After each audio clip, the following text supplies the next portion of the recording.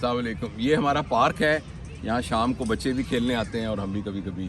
तो आज मैं गिर गया कैच पकड़ने की कोशिश में तो ये हमारे दोस्त हैं और पिछले दिनों मैंने बात की थी मेटावर्स के ऊपर और ये बताने की कोशिश की थी कि मेटावर्स है क्या। तो मैं तो ले मैन हूँ, तो मैंने ये बताया था कि एक साइबर वर्ल्ड क्रिएट होती है जो कि सॉफ्टवेयर के अंदर, और फिर उसके अंदर इतनी कैपेसिटी है कि उसके अंदर आप एक पूरा बिजनेस स्टैब्लिश कर सकते हैं, गेम स्टैब्लिश कर सकते हैं, एजुकेशनल प्लेटफॉर्म बन सकते हैं। मुझे किसी ने अभी ऑफ़र किया कि वो एक मेटावर्स बना रहे हैं जिसमें उनको हेल्थ कंसल्टेशन के लिए वो मेरा एवेटार वहाँ जवाब देगा।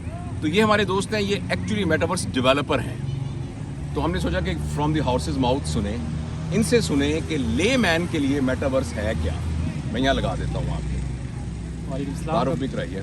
सलाम doctor sir, thank you so much. आपने बहुत अच्छी बॉलिंग की first of all and second let me introduce myself. I am Hafiz Mohammad Umar and I have more than 10+ year experience in specially game development industry. Then उसके बाद metaverse कैसे एक develop होता है, क्योंकि मेरा लास्ट जो एक्सपीरियंस था 4 ईयर्स का, उसमें हम लोगों ने एक प्रोडक्ट बनाया था विर्चुआ के नाम से। अच्छा। टेरा विर्चुआ उसका नाम था, लेकिन right now it's rebranding for the Virtua. So Virtua basically एक मेटावर्स था।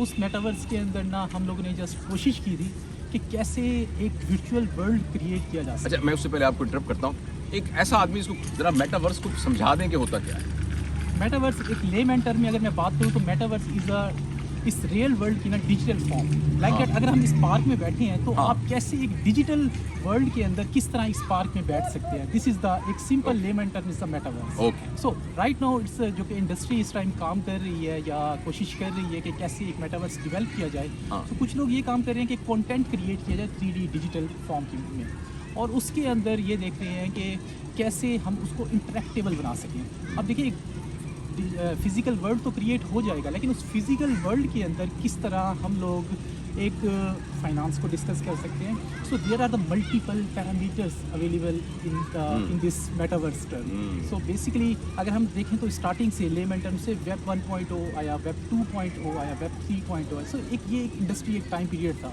वेब 1.0 की अगर हम बात करें तो एक बेसिकली हम जब शुरू में जब इंटरनेट इंट्रोड्यूस हुआ था तो उसमें एक रीडिंग जस्ट हम रीड आउट कर सकते थे, just is a web 1.0। And the web 2.0 it's a reading and writing, जो कि 2005 के बाद फेसबुक, इंस्टाग्राम वगैरह बड़ा हुई है।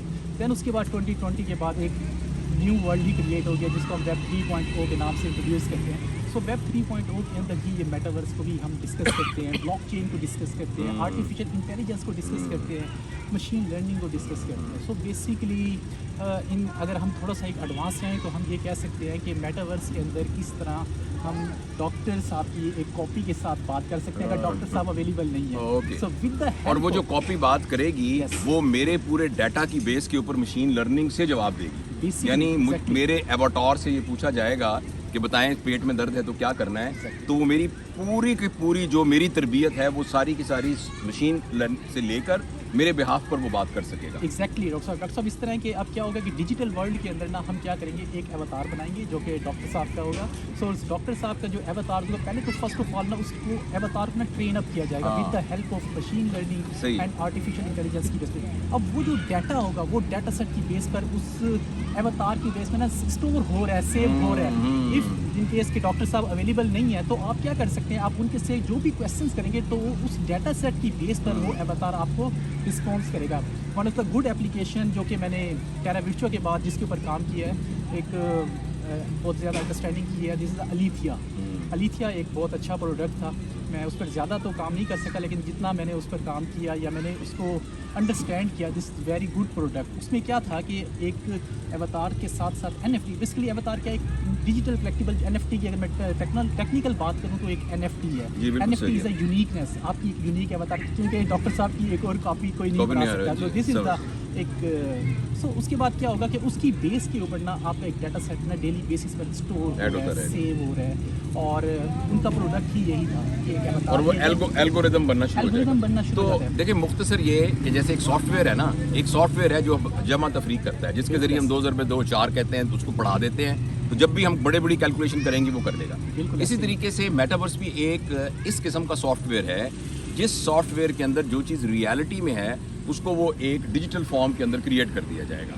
अच्छा, अब तो लिहाजा उसके अंदर जहाँ तक तो है उसकी यूज़फुलनेस, जैसे फ़र्ज़ करें यूएनओ का इजलास हो रहा है, तो दुनिया के सारे सरबराह जो है वो अमेरिका में आए हैं। अब उन सारों का कितना खर्चा होगा, कितनी सिक्योरिटी होगी। Yes. अगर वो सारे के सारे एक मेटावर्स में मीट करते हैं तो हर बंदा अपने कंप्यूटर में बैठा होगा और बैठ के वहाँ वो सारा का सारा, तो जहाँ तक तो है ना उसकी यूज़फुलनेस का, ख़रीदो फरोख्त हो सकती है, वहाँ तक तो ठीक है। जो मेरा कंसर्न है वो ये है कि जब एक डिजिटल जावेद इकबाल का एक डिजिटल आपके साथ होगी, तो वो जो असल जावेद इकबाल है कहीं वो छोटा ना हो जाए। नहीं, ऐसा नहीं हो सकता। अच्छा, कि वो इसलिए मैं कह रहा हूँ कि जो वो वाला जावेद इकबाल है, हो सकता है आप मशीन लर्निंग से उसके अंदर कुछ इमोशंस भी क्रिएट कर दें, मगर वो इमोशंस के रिस्पांस में भी जो करेगा वो ऑब्जेक्टिव रिस्पांस ही करेगा, वो सब्जेक्टिव रिस्पांस नहीं होगी। तो मैं आपकी बात समझ गया हूँ, लेकिन यह है कि ये बहरहाल एक तमाम साइंटिस्ट को सोचना पड़ेगा कि इंसान का इंसानपना ना कहीं लूज हो जाए। ये ना हो कि बाज़ को होता है कि तस्वीर जो है वो मुसव्विर से बड़ी हो जाती है। ऐसे ही है, बिल्कुल ऐसे। ऐसा ना हो कि हमारा प्रोडक्ट जो है वो हमसे बड़ा हो जाए, उसको बहरहाल हमसे छोटा ही रहना चाहिए। बिल्कुल सही कह रहे हैं। तो कुछ आप कंक्लूडिंग कुछ बताना चाहें? देखें, मेटावर्स में ना एक बहुत इंपॉर्टेंट चीज़ है जिसके ऊपर मैं काफ़ी ज़्यादा फोकस करता हूँ, वो ह्यूमैनिटी है। हाँ, देखिए, अगर आप ना ह्यूमैनिटी पर काम कर रहे हैं ना, लाइक दैट, मैं इस सेंस में इसको लेता हूँ मेटावर्स को कि देखिए आप डॉक्टर साहब यहाँ बैठे हैं, बट डॉक्टर साहब is a very good surgeon. So doctor साहब की जो एक एक्सपर्टीज़ है, लंदन में बैठे एक पर्सन को चाहिए, तो हाउ इज़ इट पॉसिबल कि डॉक्टर साहब बहावलपुर में इस टाइम बैठकर वहाँ पर कर सकते? With the help of metaverse ये पॉसिबल है। Yes, just with the help of virtual reality applications, VR headset पहनते ही आप उस मेटावर्स के रूम में आ जाएंगे जहाँ पर एक सेकंड पर्सन ऑपरेट कर रहा है, आप उसको गाइड कर सकते हैं। आप उसको अपना नाम भी और तारुफ भी कराइए, मैं तो जानता हूँ बाकी दोस्तों के लिए। जी, मेरा नाम हाफिज़ मोहम्मद उमर है, मैं बहावलपुर से बिलोंग करता हूँ, बट मेरा मोस्टली एक्सपीरियंस टेक वर्ल्ड से रहा है, गेमिंग इंडस्ट्री से रहा है, वर्चुअल रियलिटी से रहा है। So right now I am in Bahawalpur and working as a freelance game developer. Thank you very much. और मैं आपका तारुफ कराना चाहता हूँ, इधर आओ बेटिया। ये हमारे पार्क में बच्ची वॉक कर रही थी, मुझे इसका नाम भी नहीं पता, बताओ अपना नाम।